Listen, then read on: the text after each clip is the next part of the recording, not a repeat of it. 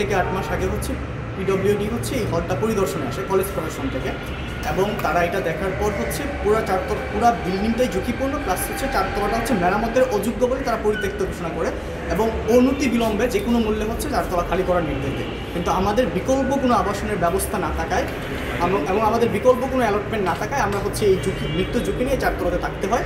এবং এর মাঝে গত কয়েকদিন আগে কলেজ প্রশাসন থেকে একটা দায়ী মুক্তির জন্য একটা নোটিশ দেওয়া হয়, এবং যেখানে আমাদের বিকল্প অ্যালটমেন্ট দেওয়া হয় হচ্ছে এমন জায়গায় যেগুলোতে প্র্যাকটিক্যালি শিফট করা আমাদের দ্বারা সম্ভব, যেমন হল প্রভোস্টের বাসভবন, ইন্টার্ন হোস্টেল যেটা ডক্টরদের জন্য নির্ধারিত, সেগুলোতে আমাদের যাওয়ার জন্য বলা হয়। এবং সেটাতে যেহেতু প্র্যাকটিক্যালি আর হচ্ছে আমাদের যে ফাঁকা রুমগুলো এবং কোন রুমগুলো ফাঁকা ওটাও ওনারা বলেন নেই, যার ফলে আমাদের শিফট করা সম্ভব নয়, আমাদের 4 তলায় থাকা। হলটা ত্যাগ করার জন্য আজকে নোটিশটা এসেছে, কিন্তু কথা হচ্ছে আমরা হলটা ছাড়বো কীভাবে? আমাদের একটা বিকল্প আবাসনের প্রয়োজন আছে না? তো আমাদেরকে যদি আরেকটা আবাসন না দেয়, আমরা তো আর জিনিসপত্র নিয়ে রাস্তাঘাটে থাকতে পারি না, তাই না? এই কারণেই হচ্ছে হলটা ছাড়ছে না। এবং তারা যে বারবার বিভিন্ন জায়গায় নিউজ হচ্ছে অলরেডি যে আমাদের ঝুঁকিপূর্ণ ভবনটা অনেক আগে পরিত্যক্ত ঘোষণা হয়েছে, কিন্তু এরপরও সেখানে কিছু শিক্ষার্থী থাকছে। এটা খুবই ভুল একটা কথা। সেখানে কেন পরিত্যক্ত ঘোষণা হওয়ার পর শিক্ষার্থীরা কেন থাকছে? কারণ তাদেরকে কোনো বিকল্প আবাসন দেওয়া হয়নি। তারা বারবার বলে যাচ্ছে যে আমাদেরকে বিকল্প আবাসন দিন, আমরা এখান থেকে সরে যাবো। কারণ অবশ্যই কেউ তার নিজের জীবনে ঝুঁকি নিয়ে থাকতে চায় না এরকম জায়গায়, কেউ তাদেরকে থাকতে হচ্ছে, কারণ তাদেরকে কোনো বিকল্প আবাসন দেওয়া হচ্ছে না। আমরা বারবার প্রশাসনের সাথে কথা বলছি এগুলো নিয়ে, আপনারা তো আমাদের দাবিগুলো শুনেছেনই, তো সেগুলো নিয়ে কথা বলছি, কিন্তু কথা হচ্ছে তারা বারবার মুখে আশ্বাস দিচ্ছেন, কিন্তু কোনো কাজের কোনো স্টেপ দেখছি না আমরা। এই মিডিয়া কভারেজ যখন শুরু হলো, আমাদের আন্দোলনটা একটা নতুন রূপ যখন ধারণ করলো, ঠিক তখনই কিন্তু হল বন্ধ করে দেওয়ার মতো ঘোষণা হলো। এর আগে আপনারা গত বছরের জুলাইতে দেখেছেন, আপনারা সবাই জানেন যে কীভাবে 17 জুলাই সবাইকে হল থেকে বের করে দেওয়া হয়েছিল।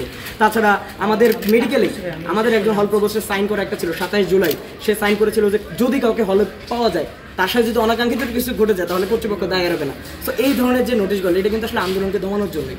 সো এটা আমাদের মাঝে একটা শঙ্কা তৈরি করেছে যে আমাদের যৌক্তিক আন্দোলন এটাকে একটা বাধা হয়ে দাঁড়াচ্ছে না, যে আমরা যদি হল থেকে চলে যাই তাহলে দাবিটা পূরণে আন্দোলনটা করবে কে?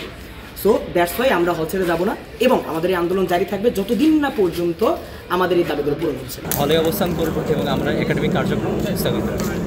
তাদের সাথে কি আলোচনা হয়েছে নাকি? তাদের সাথে অফিসিয়ালি কয়েকবার আলোচনা হয়েছে, ডিজি স্যার হলে আসছে, কিন্তু আমরা এখনও পর্যন্ত তেমন কোনো পদক্ষেপ দেখতে পারিনি তাদের থেকে। মানে হল নতুন নির্মাণ করবে কি না এটা কি বলবে?